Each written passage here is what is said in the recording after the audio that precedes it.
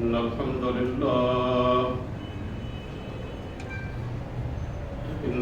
لله نحمده ونستعينه ونستغفره ونعوذ بالله من شرور أنفسنا ومن سيئات أعمالنا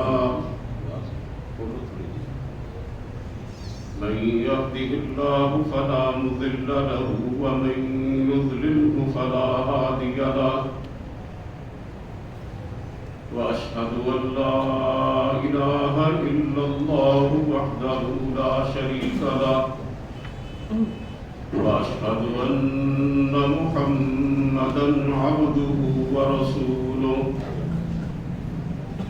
أما بعد فإن خير الحديث كتاب الله وخير الهدي هدي محمد صلى الله تعالى عليه وسلم وشر الأمور محدثاتها وكل محدثة بدعة وكل بدعة ضلالة وكل ضلالة في النار رب اشرح لي صدري ويسر لي أمري واحلل عقدة من لساني يفقهوا قولي أعوذ بالله السميع العليم من الشيطان الرجيم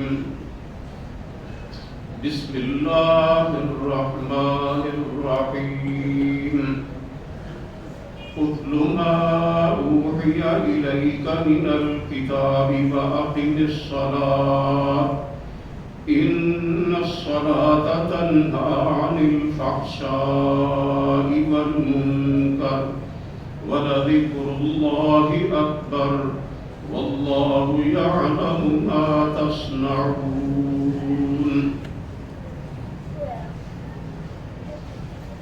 سب تعریفیں اللہ رب العالمین کے لیے ہیں. بے شمار درود و سلام نبی اقدس حضرت محمد رسول اللہ صلی اللہ علیہ وآلہ وسلم گرامی پر،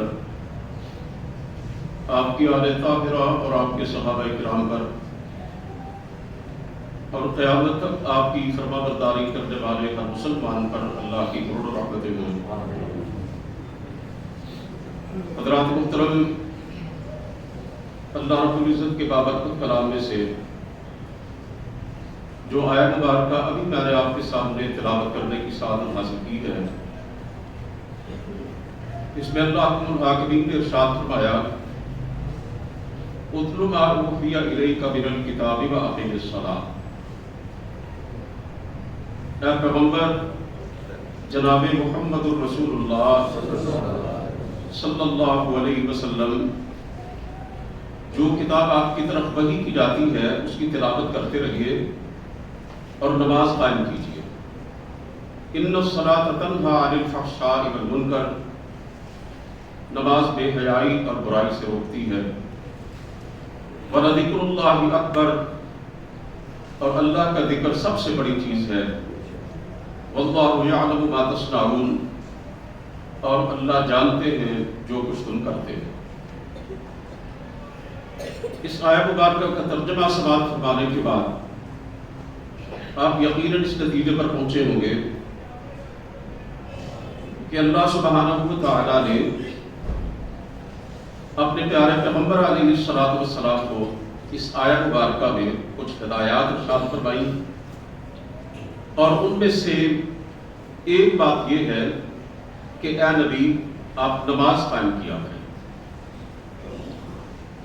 نماز کا دین اسلام میں جو مقام اور مرتبہ ہے اور جو اس کی عظمت اور اہمیت ہے وہ آپ میں سے کسی سے مخفی نہیں ہے.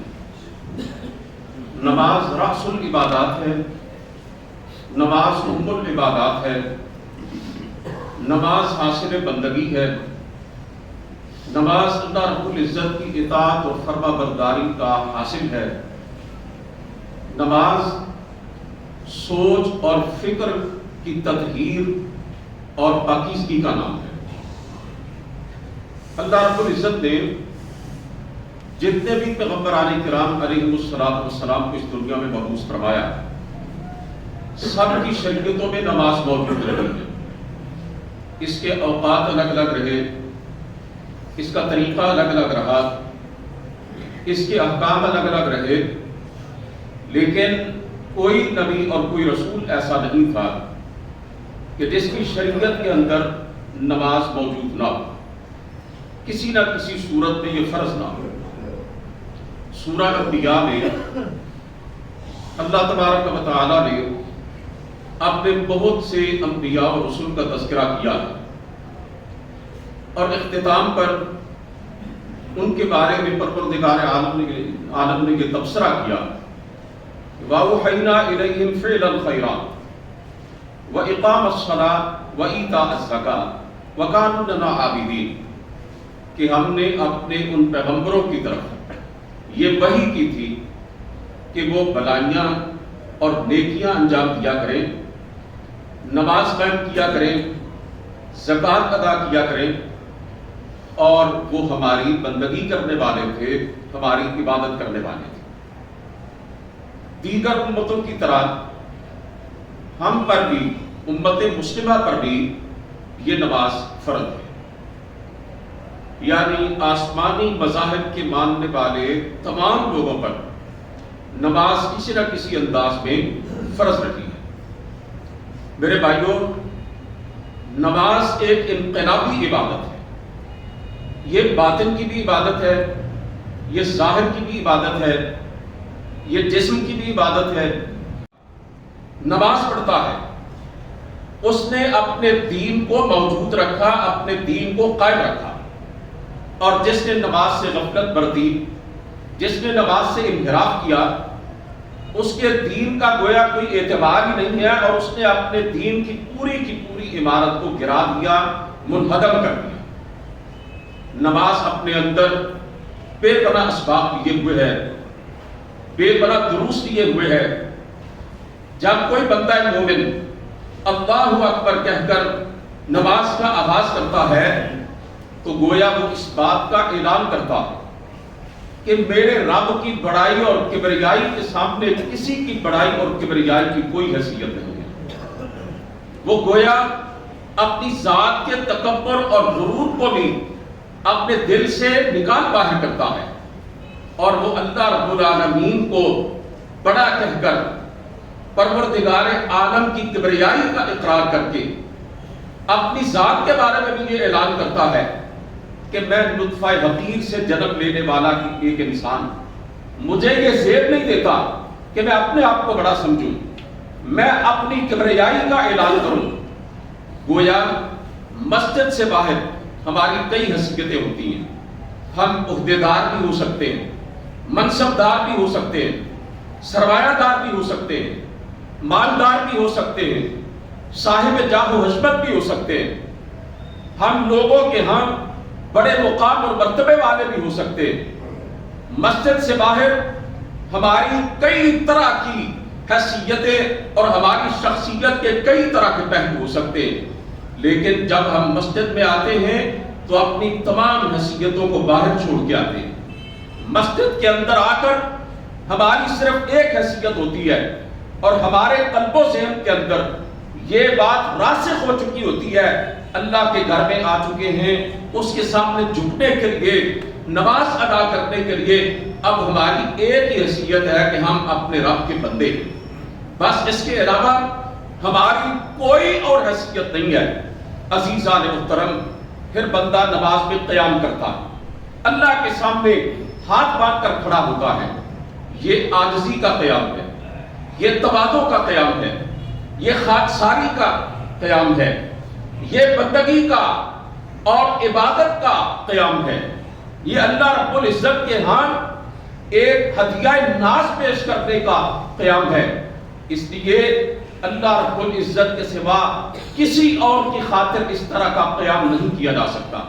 پروردگار عالم نے ارشاد فرمایا، قوموا للہ قانتین، اپنے اللہ کے لیے فرما بردار بن کر کھڑے ہونے والے بنو۔ یعنی یہ نماز کے قیام کی طرف اشارہ ہے۔ سرکار دو عالم صلی اللہ علیہ وسلم نے بھی ارشاد فرمایا من سرہ ان یتمثل له الناس قیاما فلیتبوأ مقعدہ من النار، جو آدمی اس بات کو پسند کرتا ہے، جس بندے کو یہ بات خوش کرتی ہے، جو آدمی یہ چاہتا ہے کہ لوگ اس کے سامنے ہاتھ باندھ کے کھڑے رہیں، وہ بیٹھا رہے، لوگ اس کے سامنے قیام کریں، اسے چاہیے کہ اپنا ٹھکانہ جہنم میں بنا لے، اسے چاہیے کہ اپنے لیے جہنم میں جگہ بنا کر آئے۔ قیام یہ عبادت کا قیام ہے اور یہ اللہ کا حق ہے۔ آج بڑے افسوس کے ساتھ یہ کہنا پڑتا ہے کہ بعض لوگ جو دین کو سمجھتے نہیں ہیں لیکن دین کے ٹھیکیدار بنے ہوئے ہیں، اپنے آپ کو پیر و مرشد کہہ پاتے ہیں، لوگوں کے مذہبی اور روحانی رہنما بنے ہوئے ہیں، وہ لوگوں کو مجبور کرتے ہیں کہ وہ ان کے سامنے قیام کریں، خود بیٹھے ہوتے ہیں، مسند پر تشریف فرما ہوتے ہیں، بڑے بڑے عالی شان مسندوں پر وہ براجمان ہوتے ہیں اور اپنے مریدوں کو انہوں نے اپنے سامنے ہاتھ باندھ کے کھڑا کیا ہوتا ہے۔ اور بعض بدبخت ایسے بھی ہوتے ہیں کہ جو گنڈے اور بدماش کی طرح سیدھے تن کے کھڑے ہوتے ہیں، غرور اور تکبر کا پتلا بن کر کھڑے ہوتے ہیں اور لوگوں سے اپنے قدموں پر سجدے کرواتے ہیں۔ سوشل میڈیا کے اثرات کی وجہ سے اگر آپ نے حقیقت میں یہ مناظر نہیں دیکھے تو اپنے موبائل کی سکرین پر اور فیس بک پر کسی نہ کسی پوسٹ کے اندر ضرور دیکھے ہوں گے۔ یہ بدبخت، یہ بدتماش لوگ یہ دین کے نام پر دبا ہیں اور ان کا کوئی مذہب سے، روحانیت سے کوئی تعلق نہیں ہے۔ یہ مفاد پرست ہیں، یہ درہم و دینار کے بندے ہیں، ان کا مقصد صرف اور صرف لوگوں کی جیبیں خالی کروانا ہے۔ ان ظالموں کو حیا کرنی چاہیے، بندے رب کے ہیں، اللہ کہتے ہیں میرے لیے قیام کرو، اللہ کہتے ہیں میرے لیے سجدہ کرو، میرے لیے نماز پڑھو، اور یہ اللہ کے بندوں کو اپنا بندہ بنانے پر تلے ہوئے ہیں۔ یہ لوگوں سے کہتے ہیں کہ ہاتھ باندھ کے ہماری تعظیم کے لیے کھڑے ہو جاؤ، یہ لوگوں سے کہتے ہیں کہ ہماری عزت اور احترام کے لیے ہمارے قدموں پہ اپنا سر رکھو اور سجدہ کرو۔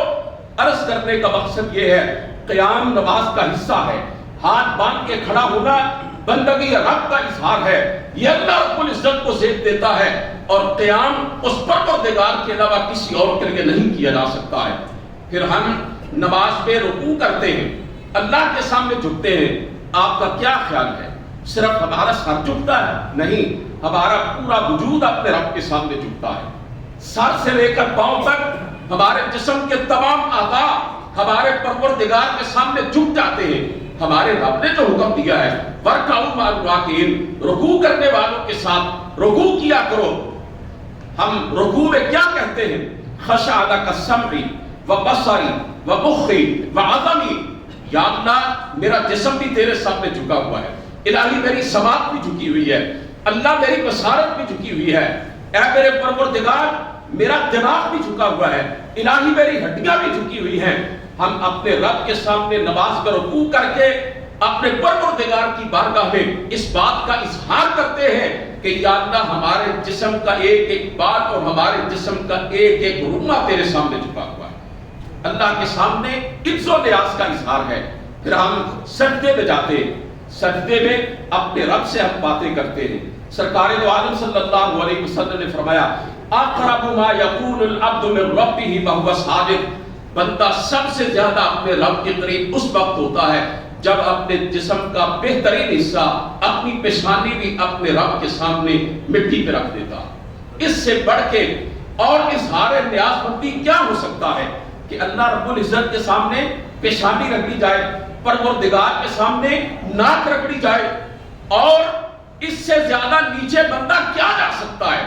اس سے آگے کیا گر سکتا ہے کہ اپنا سر اپنی پیشانی مٹی کے اوپر رکھ دے اور اپنے پورے کے پورے وجود کو اپنے رب کے سامنے سراپا سماس بنا کر پیش کر دے۔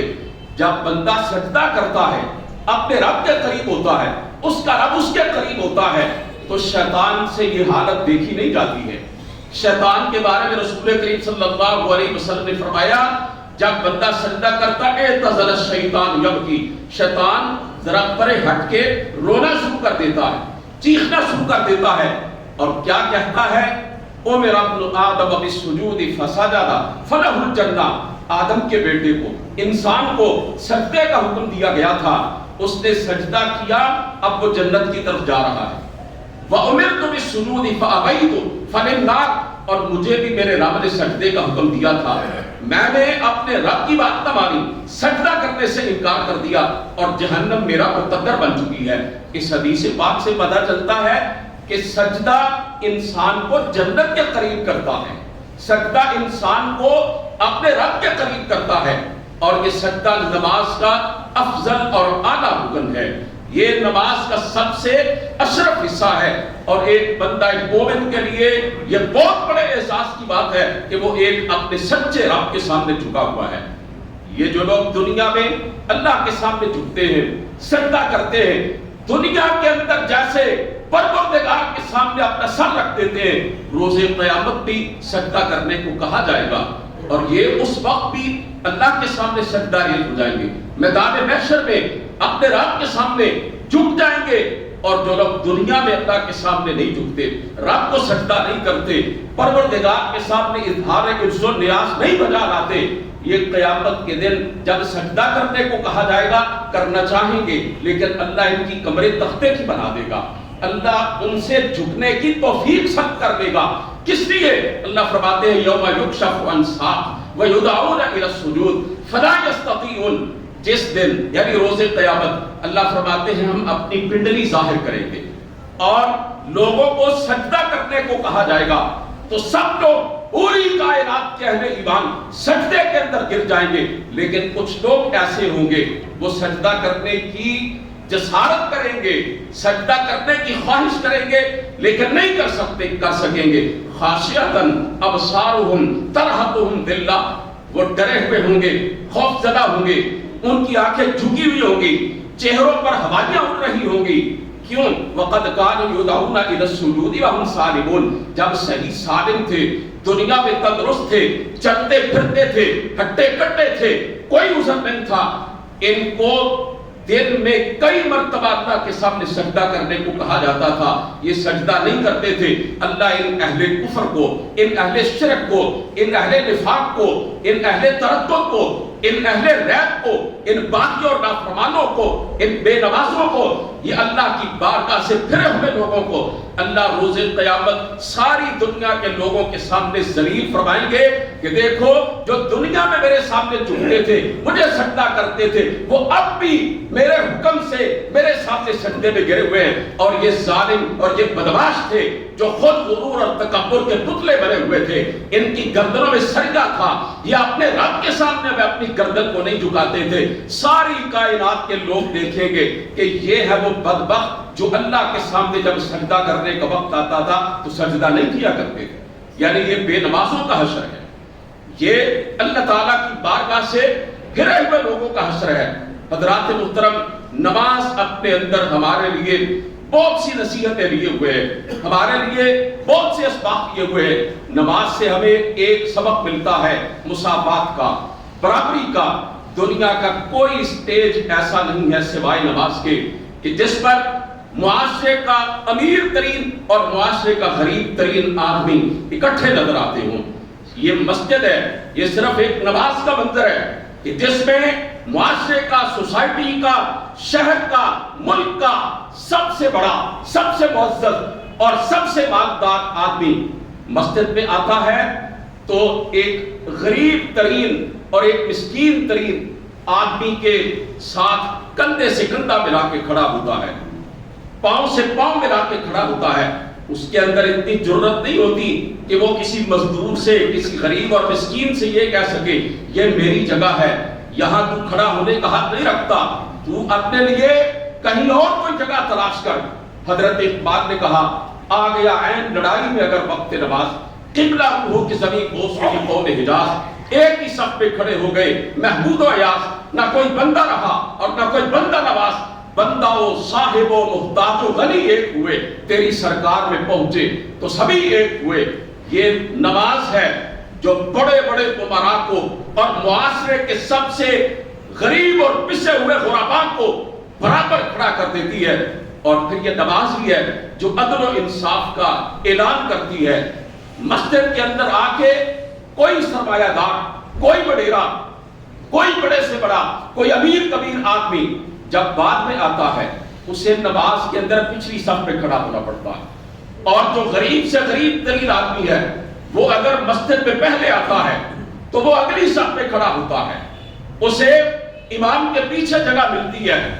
یہ انصاف یہ بتلاتا ہے کہ بارگاہ اللہ رب العزت کی ہے، یہاں پہ بندے ہونے کے لحاظ سے سب آپس میں برابر ہیں، کوئی تفریق نہیں ہے کالے میں اور گورے میں، عربی میں اور عجمی میں، چھوٹے میں اور بڑے میں، امیر میں اور غریب میں، اعلیٰ میں اور ادنا میں، بادشاہ میں اور گدا میں، کسی کے اندر کوئی فرق نہیں، کوئی تمیز نہیں ہے، سب آپس میں برابر ہیں۔ اللہ فرماتے ہیں یا ایھا الناس انا خلقناکم من ذکر و انثی وجعلناکم شعوبا وقبائل لتعارفوا، اے انسانوں ہم نے تمہیں ایک مرد اور ایک عورت سے پیدا کیا ہے، تم سب کے ماں باپ ایک ہیں، اور ہم نے تمہارے اندر برادریاں بنائی ہیں، قبیلے بنائے ہیں، قومیں بنائی ہیں، خاندان بنائے ہیں، ہم نے تمہیں مختلف طبقات میں تقسیم کیا ہے صرف اس لیے کہ تمہاری پہچان ہو جائے، تمہاری شناخت ہو جائے، تمہارا تعارف ہو جائے، ورنہ تم انسان ہونے کے لحاظ سے سب آپس میں برابر ہو۔ اس بات کا بہترین نقشہ اور منظر اگر دیکھنے کو ملتا ہے تو مسجد کے اندر ملتا ہے اور حالت نماز کے اندر ملتا ہے۔ حضرات محترم، یہ مسجد کے اندر نماز کی باجماعت ادائیگی ہمیں اجتماعیت کا درس دیتی ہے، اتفاق و اتحاد کا درس دیتی ہے، یہ ہمیں امت واحدہ بناتی ہے، یہ ہمیں ایک ملت واحدہ بناتی ہے۔ اور نماز کے اندر ہر رنگ کا آدمی، ہر ذات برادری کا آدمی، ہر معاشرتی طبقے سے تعلق رکھنے والا آدمی برابر کھڑا ہوتا ہے، تو اس طریقے سے اتحاد امت کا ایک بھرپور منظر دکھائی دیتا۔ آپ حرم کے اندر چلے جائیں، اللہ آپ سب کو لے کے جائے، عزیزان محترم، اللہ کے گھر کے اندر اور نبی کی مسجد کے اندر ایک امام کے پیچھے سب اٹھتے ہیں، سب جھکتے ہیں، سب سجدے میں گرتے ہیں، ایک امام کے اشاروں پر ہی سب حرکتیں کرتے ہیں، لاکھوں افراد کا مجمع ہوتا ہے، کوئی خلاف ورزی نہیں کرتا، کوئی امام سے پہلے رکوع میں نہیں جاتا، کوئی امام سے پہلے سر سجدے سے نہیں اٹھاتا، اور پوری دنیا کے مسلمان مختلف ملکوں سے، مختلف نسلوں سے، مختلف زبانوں سے تعلق رکھنے والے اور مختلف معاشی حیثیتیں رکھنے والے سارے اللہ کے بندے حرم کے اندر جمع ہوتے ہیں۔ حضرت اقبال نے یہاں پر بھی ایک جملہ کہا ہے اور اہل ایمان کو، اہل اسلام کو اس بات کا درس دیا ہے کہ تمہیں اللہ رب العزت نے بہترین دین دیا ہے جو تمہیں اتفاق اور اتحاد کا درس دیتا ہے، تمہیں سیسا پلائی ہوئی دیوار بناتا ہے۔ حالانکہ یہود و نصارہ کے پاس، پہلے مذاہب کے ماننے والوں کے پاس اس طرح کا مرکز نہیں ہے جو اللہ رب العزت نے تمہیں عطا فرمایا ہے۔ عرب کے سوز میں ساز عجم ہے، حرم کا راز توحید امم ہے، تہی وحدت سے ہے اندیشہ غرب کہ تہذیب فرنگی بے حرم ہے۔ وہ کہتے ہیں دیکھو فرنگیوں کے پاس، انگریزوں کے پاس کوئی حرم نہیں ہے، کوئی ایسا مرکز نہیں ہے، اللہ رب العزت نے تمہیں بیت اللہ کی صورت میں، حرم مکہ کی صورت میں ایک بہترین اور بے مثال مرکز عطا کیا ہے۔ اس کے اندر حکمت یہ ہے کہ تم سب اکٹھے ہو جاؤ، لیکن بڑے افسوس کے ساتھ یہ کہنا پڑتا ہے کہ حرم کے ائمہ کرام کے پیچھے پوری دنیا کے مسلمان نمازیں پڑھتے ہیں، وہاں پہ اتحاد امت کا عملی مظاہرہ پیش کرتے ہیں، لیکن ان میں سے بعض ایسے ہیں جو اپنے اپنے ملکوں میں واپس آ کر یہ کہتے ہیں ہماری ان کے پیچھے نہیں ہوتی، ان کی ہمارے پیچھے نہیں ہوتی، اور بعض ایسے بھی اللہ کے بندے موجود ہیں وہ کہتے ہیں کہ ہماری کسی کے پیچھے بھی نہیں نماز ہوتی ہے، ہم بالکل الگ تھلگ ہیں۔ یہ افتراق، یہ انتشار، یہ امت کی وحدت کو پارا پارا کرنے والی صورتحال، اور اللہ رب العزت نے جو فرمایا وَلَا تَكُونُوا كَالَّذِينَ تَفَرَّقُوا، ان لوگوں کی طرح مت ہونا جنہوں نے فرقہ پرستی اختیار کی ہے۔ آج مسجدوں کے دروازوں پر میں بڑے ادب سے یہ عرض کرنا چاہتا ہوں، فرقوں کے نام کیوں لکھے ہوئے ہیں، مسجدوں کے نام کیوں لکھے ہوئے ہیں؟ مسجدوں کے ناموں کے ساتھ مسجدیں تو اللہ کی ہیں، ان المساجد للہ، اللہ فرماتے ہیں اس کی نسبت میری طرف ہے۔ مسجدوں کی پیشانیوں پر شناختیں کیوں ہیں؟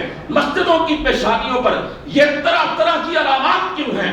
ان سے گویا بالواسطہ یہی اظہار اور اعلان کرنا مقصود ہوتا ہے نا، یہ مسجد فلاں فرقے کی ہے، اگر دوسرے مسلک کے آدمی نے نماز پڑھنی ہے تو اس کی اپنے فرقے اور مسلک کی مسجد موجود ہے، وہاں جائے۔ کیا یہ بہتر نہیں ہوگا کہ مسجدوں کی پیشانیوں پر مسجدوں کے صرف نام لکھے جائیں، مکاتب فکر کا اور مسلک کا نام لکھا جائے، نہ لکھا جائے، تاکہ کسی بھی مسلک اور کسی مکتب فکر کا ایک مسلمان وہاں آ کے اپنے رب کے سامنے آرام اور سکون سے جھکے، اطمینان اور تسلی کے ساتھ نماز ادا کرے۔ آپ میری بات سے اتفاق کرتے ہیں یا نہیں کرتے؟ اگر حرم کی طرح، مسجد نبوی کی طرح، میں پوچھتا ہوں وہاں پہ کس فرقے کا نام ہے، کس مسلک کا نام ہے؟ وہاں سارے مکاتب فکر کے مسلمان نماز پڑھتے ہیں۔ تو اگر یہ پیغام جو حرم مکہ سے ملتا ہے، جو حرم مدینہ سے ملتا ہے، جو اللہ کے گھر سے ملتا ہے، جو نبی کی مسجد سے ملتا ہے، اگر پوری دنیا کے مسلمان اس پیغام کو اپنی اپنی مسجدوں کے اندر جاری کر دے کہ یہ ساری مسجدیں، لاکھوں مسجدیں عالم اسلام کی، یہ مسجد حرام کی بیٹیاں ہیں، یہ مسجد حرام کی بیٹیاں ہیں، اگر اس سے اٹھنے والے پیغام کو پوری دنیا کے اندر جاری کر دیا جائے، اتفاق و اتحاد کے پیغام کو، میں بڑے ادب سے یہ پوچھنا چاہوں گا، کیا امت کے اندر اتفاق پیدا ہوگا یا نہیں ہوگا؟ کیا مسلمانوں کے اندر اجتماعیت آئے گی یا نہیں آئے گی؟ ہماری اس مسجد کے اندر الحمدللہ کافی حد تک یہ منظر دیکھنے کو ملتا ہے، اور اتحاد امت کا ایک چھوٹا سا عملی مظاہرہ جو ہے بحمد اللہ تعالی اس کا نظارہ کرتے ہیں۔ مختلف مکاتب فکر سے اور مختلف مسالک سے تعلق رکھنے والے لوگ اس وقت بھی اس مجمع کے اندر موجود ہیں۔ اتحاد امت کا اور اجتماعیت اسلام کا ایک چھوٹا سا گلدستہ جو ہے اس مسجد میں دیکھا جا سکتا ہے، اور نیچے جب آپ اترے تو اس کی سیڑھیوں سے اتر کر آپ اس کے دروازے کی طرف دیکھیں، آپ کو مسلم مسجد لکھا ہوا نظر آئے گا، کسی مسلک اور فرقے کی پہچان آپ کو دکھائی نہیں دے گی۔ یہی وہ پیغام ہے جو مکے سے آ رہا ہے اور مدینے سے آ رہا ہے، یہی وہ میسج ہے جو بیت اللہ سے اٹھ رہا ہے، جو مسجد نبوی سے اٹھ رہا ہے۔ میں بڑے ادب سے دوسرا سوال یہ کرنا چاہوں گا، میرے نبی نے 23 سال کی مسلسل محنت اور جدوجہد کے بعد دنیا جہان کے دکھ اٹھا کر ایک امت بنائی تھی۔ آج اس نبی کی امت کو پارا پارا کرتے ہوئے ہمیں کچھ تو خیال کرنا چاہیے۔ اگر ہم امت کو بنا نہیں سکتے تو ہمیں امت کو کاٹنا بھی تو نہیں چاہیے نا۔ اگر ہم امت کو جوڑ نہیں سکتے تو اس کو توڑنا بھی تو نہیں چاہیے نا۔ یہ اتحاد امت کا عظیم ترین سبق ہے جو نماز کے ذریعے اور مسجد کے ذریعے ہم تک پہنچتا ہے۔ عزیزان محترم، اسی طرح نماز ہمیں بہترین ڈسپلن سکھاتی ہے، نظم و ضبط سکھلاتی ہے۔ ایک مسلمان دانشور کے ساتھ اس کا ایک غیر مسلم دوست بیٹھا ہوا تھا۔ حرم کعبہ سے براہ راست نماز نشر ہوا چاہتی تھی، اذان ہو چکی تھی، لوگ طواف کر رہے تھے، لاکھوں کا مجمع تھا۔ اس مسلمان دانشور نے، یہ بڑا مشہور واقعہ ہوا تھا اپنے دور میں، مسلمان دانشور نے اپنے غیر مسلم دوست سے پوچھا، یہ لاکھوں کا مجمع تم دیکھ رہے ہو، اس کو کتنے وقت کے اندر کھڑا کیا جا سکتا ہے؟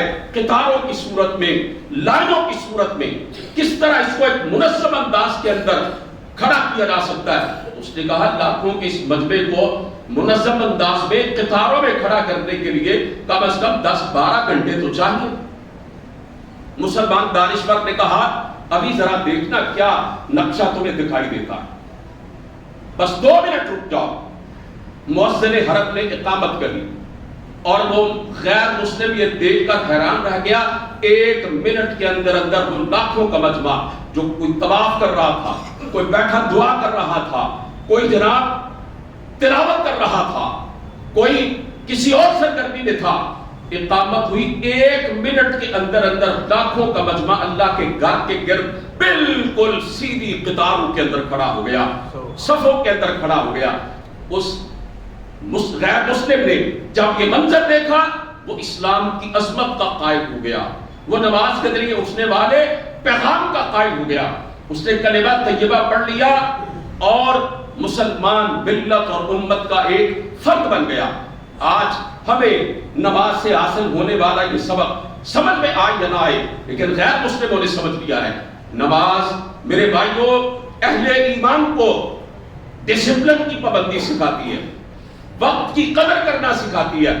تمام عبادات اور خاص طور پر نماز ہم مسلمانوں کو یہ بتلاتی ہے کہ یہ عمر عزیز بڑی قیمتی ہے، یہ وقت بڑا قیمتی ہے، یہ لمحات بڑے قیمتی ہے، ان کی قدر کرو، ہر کام کو اس کے وقت پر انجام دو۔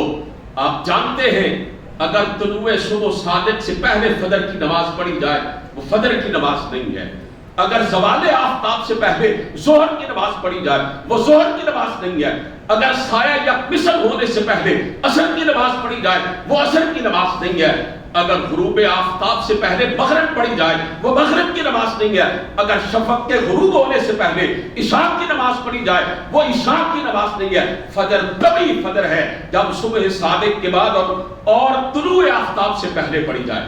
اگر کوئی 10 بجے نماز فجر پڑھے گا وہ نماز نہیں ہوگی، اگر کوئی 11 بجے ظہر پڑھے گا وہ ظہر نہیں ہوگی، اگر کوئی 1 بجے عصر پڑھے گا عصر نہیں ہوگی۔ اسی طرح مغرب اور عشاء کی نمازوں کی کیفیت ہے، پوری وقت کی پابندی کے ساتھ اللہ رب العزت نے نمازوں کو فرض کیا ہے۔ اللہ فرماتے ہیں ان الصلاۃ کانت علی المؤمنین کتابا موقوتا، ہم نے مومنوں پر نماز فرض کی ہے، وقت کی پابندی کے ساتھ فرض کی ہے۔ میرے ملک کے اندر پورا ایک طبقہ ایسا موجود ہے کہ جو ظہر اور عصر کو اکٹھا کر کے پڑھتا ہے، مغرب اور عشاء کو اکٹھا کر کے پڑھتا ہے۔ انہوں نے یہ روٹین بنائی ہوئی ہے، ساری زندگی وہ اللہ رب العزت کے اس حکم کی نافرمانی کے اندر نمازیں پڑھتے ہیں۔ سفر میں اکٹھا کرنے کی اجازت ہے، کبھی کسی مجبوری کی وجہ سے 2 نمازوں کو ملا کر پڑھنے کی اجازت ہے، کبھی کبھی کوئی بندہ اگر پڑھ لے 2 نمازیں اکٹھی اس کی بھی گنجائش حدیث پاک میں نکلتی ہے، لیکن پوری زندگی کا ایک دستور اور روٹین اس بات کو بنا لینا کہ 2 نمازیں اکٹھی کی جائیں، وقت سے ہٹ کے پڑھی جائیں، اس کا قرآن و سنت کے اندر کوئی ثبوت نہیں ہے، کوئی گنجائش نہیں ہے۔ میں نے اللہ رب العالمین کا فرمان آپ کے سامنے پڑھا ہے، ان الصلاۃ کانت علی المؤمنین کتابا موقوتا، اللہ فرماتے ہیں ہم نے مومنوں پر نماز فرض کی ہے، وقت کی پابندی کے ساتھ فرض کی ہے۔ میرے بھائیوں، اس کے باوجود کہ یہ نماز ہمیں وقت کی پابندی کا بہترین درس دیتی ہے، یہ ہمیں نظم و ضبط سکھلاتی ہے، ہم مسلمان ہی اس دنیا میں واحد قوم ہیں جو سب سے زیادہ وقت کو ضائع کرنے والے ہیں، لغویات میں اور خرافات میں زندگی کے قیمتی لمحات کو برباد کرنے والے ہیں۔ ہم مسلمان ہی سب سے زیادہ کاہل اور سست واقع ہوئے ہیں کہ نماز جیسی انتہائی وقت کی پابندی کا درس دینے والی عبادت کو جانتے بھی ہیں کہ ہم پر فرض ہے، لیکن اس سے حاصل ہونے والے سبق کو ہم سمجھنے کے لیے تیار نہیں ہے۔ عزیزو، نماز ایک ایسا قیمتی تحفہ ہے اور ایک ایسا بے مثال عطیہ ہے جو اللہ رب العزت نے اپنے پیارے پیغمبر علیہ السلام کو معراج پر آسمانوں پہ بلا کے عطا کیا تھا۔ اور معراج میں بھی کس موقع پر؟ آپ جانتے ہیں حضرت جبریل امین سرکار دو عالم صلی اللہ علیہ وسلم کے پاس آئے تھے، آپ کو لے کر بیت اللہ سے بیت المقدس گئے تھے، پھر حضرت جبریل علیہ السلام کی ہمراہی میں میرے اور آپ کے پیارے پیغمبر علیہ السلام آسمانوں کی طرف گئے تھے، 7 آسمانوں کی سیر کی تھی، جنت اور دوزخ کا مشاہدہ کیا تھا۔ لیکن جس مقام پہ اللہ رب العزت نے نماز فرض کی، اپنے پیارے پیغمبر علیہ السلام کو نماز کا تحفہ دیا، اس مقام پر جبریل کا واسطہ نہیں تھا۔ سرکار دو عالم صلی اللہ علیہ وسلم اکیلے اپنے رب سے ہم کلام ہوئے تھے۔ الحمدللہ اللہ تعالیٰ نے آپ کو شرف عطا فرمایا، تو وہاں اللہ تعالیٰ نے رسول کریم صلی اللہ علیہ وسلم کو 5 نمازوں کا تحفہ دیا۔ امت پر یہ 5 نمازیں فرض ہوئیں۔ جہاد کا حکم اترا تو زمین پر، زکوٰۃ کا حکم اترا تو زمین پر، صدقہ اور خیرات کا حکم اترا تو زمین پر، روزے کا حکم اترا تو زمین پر۔ اللہ تعالیٰ نے جب نماز فرض کرنا چاہی تو اپنے نبی کو 7 آسمانوں سے بھی اوپر بلا کے یہ قیمتی اور قابل قدر تحفہ عطا فرمایا۔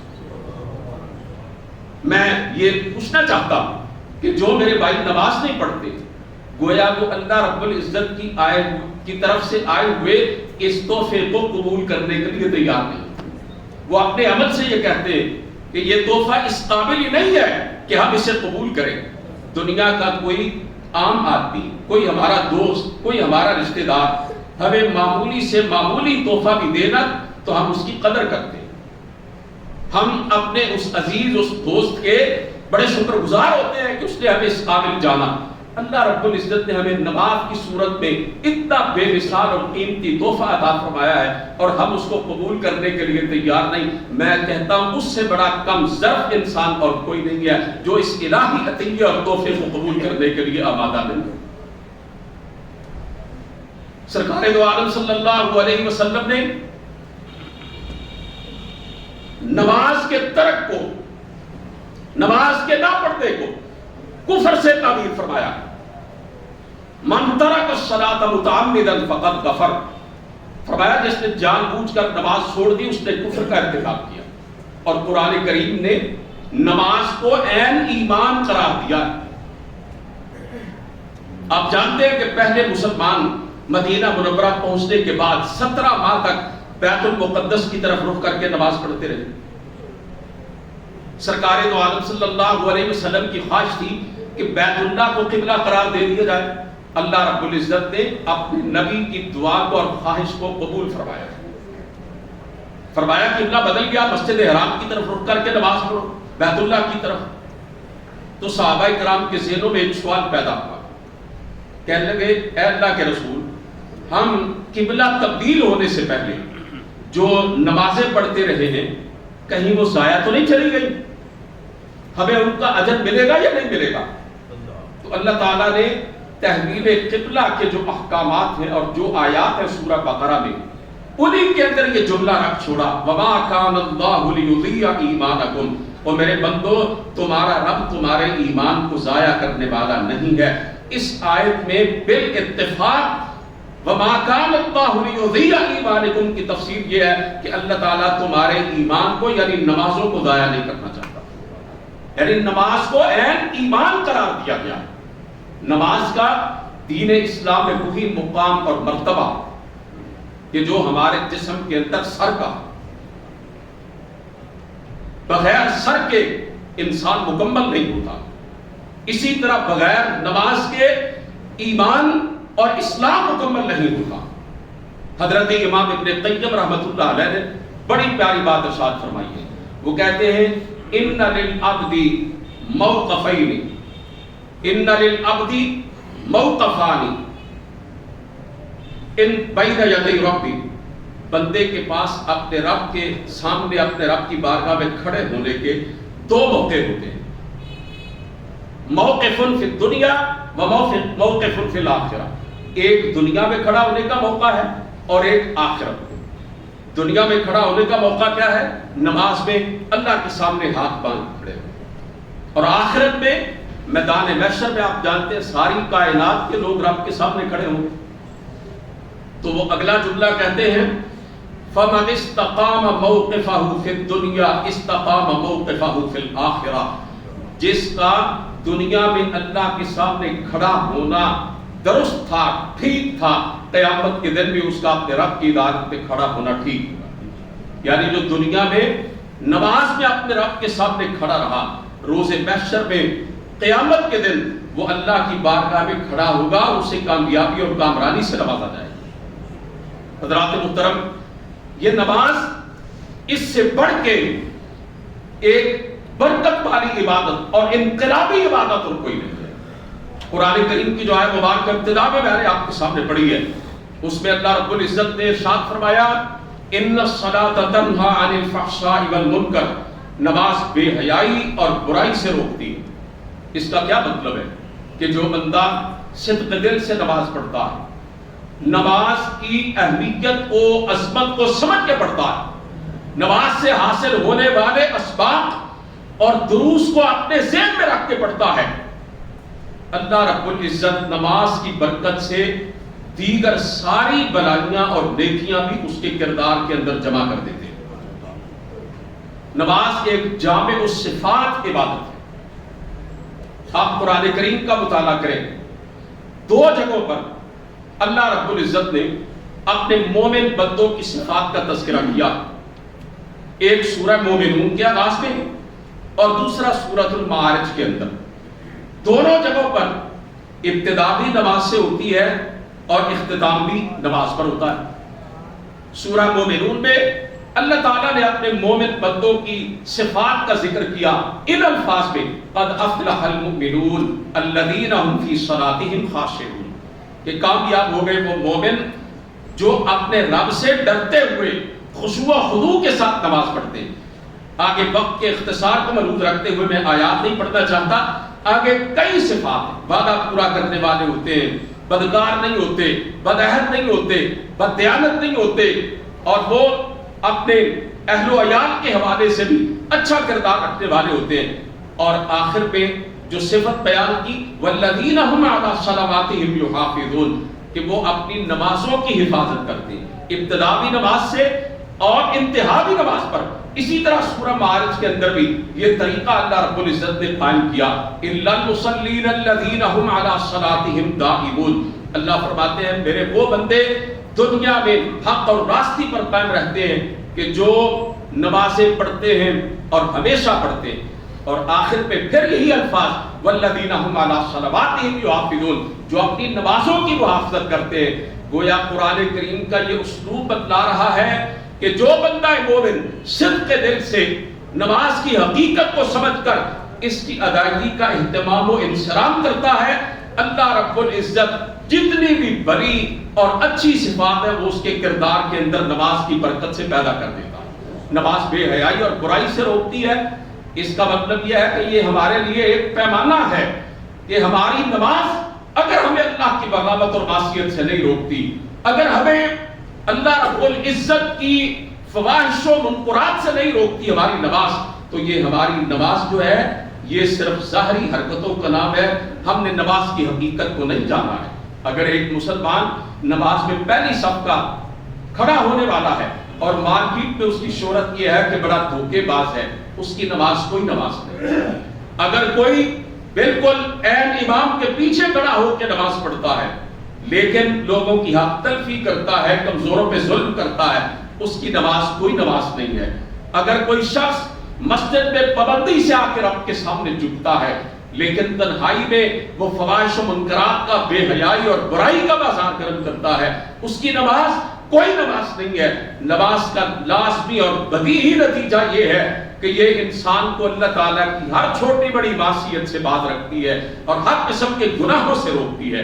آخر پہ یہ عرض کرنا چاہتا ہوں حضرات محترم، نماز ہمارے مسائل کا حل ہے، نماز ہماری پریشانیوں کا حل ہے، نماز ہماری الجھنوں کا حل ہے، نماز ہماری زندگی کے گنجلکوں کا حل ہے، نماز ہمارے تمام انفرادی اور اجتماعی مسائل کا حل ہے۔ اللہ رب العزت نے فرمایا وَاسْتَعِينُوا بِالصَّبْرِ وَالصَّلَاةِ، صبر اور نماز کے ذریعے میری مدد طلب کیا کرو۔ اور سرکار دو عالم صلی اللہ علیہ وسلم نے اپنی حدیث پاک میں اسی ترتیب کو برقرار رکھا۔ آپ نے فرمایا الصلاۃ نور والصبر ضیاء، نماز نور ہے، صبر روشنی ہے۔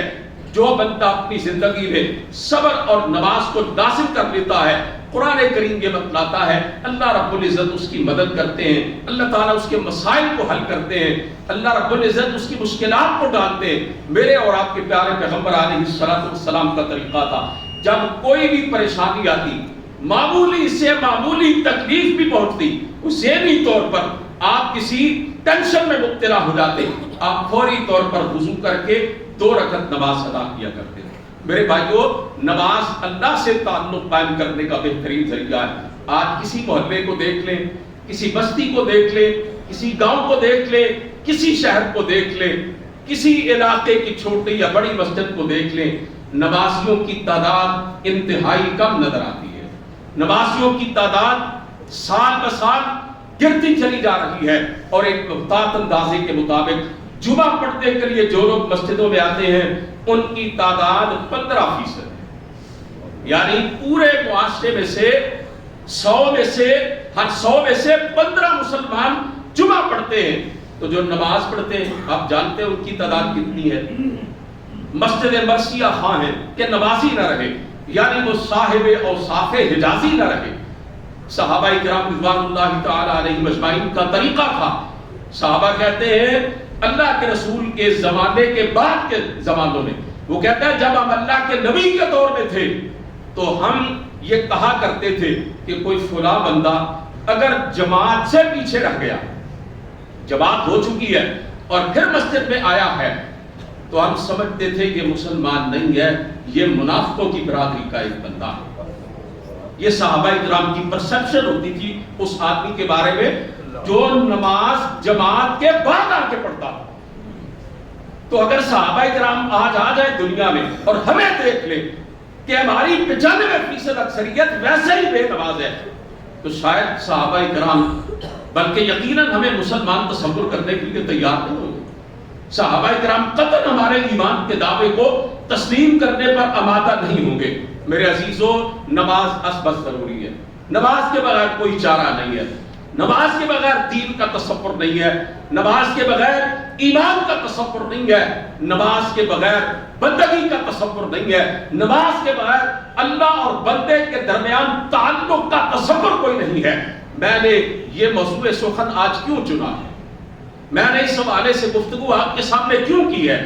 ایک درد ہے جو میرے دل میں سما ہوتا ہے، مسجدوں کو خالی دیکھ کر، اللہ کے گھروں کو نمازیوں کا انتظار کرتے ہوئے دیکھ کر، اور جمعے کے علاوہ باقی نمازوں کے اندر مسجدوں کو نمازیوں سے محروم دیکھ کر ہر سچے مسلمان کا دل تڑپتا ہے۔ آئیے رمضان کے اس بابرکت اور مقدس مہینے میں، اس نیکیوں کے موسم بہار میں، جس میں ہر رات کو اللہ کے رسول نے فرمایا، ایک اعلان کرنے والا اعلان کرتا ہے، یا باغی الخیر اقبل، یا باغی الخیر اقبل، اے نیکی کرنے والے آگے بڑھ، نیکی کر، رمضان کا مہینہ آ چکا ہے، کب نیکی کرے گا؟ وَيَا بَاغِيَ الشَّرِّ اقصر، اے برائی کا ارادہ رکھنے والے باز آ جا، برائی سے رک جا۔ اب رمضان کے مہینے میں تو اللہ کی بغاوت نہیں چھوڑے گا تو کب چھوڑے گا؟ آئیے ہم اپنے رب سے اس کے گھر میں بیٹھ کر یہ عہد کریں، اللہ ہم نے ترک نماز کی صورت میں جو تیری بغاوت روا رکھی ہے، آج تیرے گھر میں بیٹھ کے وعدہ کرتے ہیں تو اس کو چھوڑتے ہیں۔ کیوں جی؟ ذرا ہاتھ اٹھا کے گئے نا۔ اللہ کے رسول نے فرمایا، نیت المؤمن خیر من عملہ، میرے امتی کی نیت اس کے عمل سے بہتر ہوتی ہے۔ جب میرا کوئی امتی کسی نیک کام کی نیت کرتا ہے، ثواب اسی وقت ملنا شروع ہو جاتا ہے، اور جب وہ اس کام کو عملاً انجام دیتا ہے، پھر اس کا پورا اجر و ثواب اللہ رب العزت اس کو عطا کر دیتے ہیں۔ اللہ سے دعا ہے کہ وہ ہمیں بھی پختہ کار نمازی بنا دے، اللہ ہماری اولاد کو نمازی بنا دے، اللہ ہماری بیٹیوں بیویوں کو نمازی بنا دے، اور اللہ ہمیں نماز کی برکتوں سے مستفید ہونے کی اور پورے کے پورے معاشرے کو نماز کی رحمتوں سے مالا مال ہونے کی توفیق عطا فرما دے۔ وآخر دعوانا الحمدللہ رب العالمین۔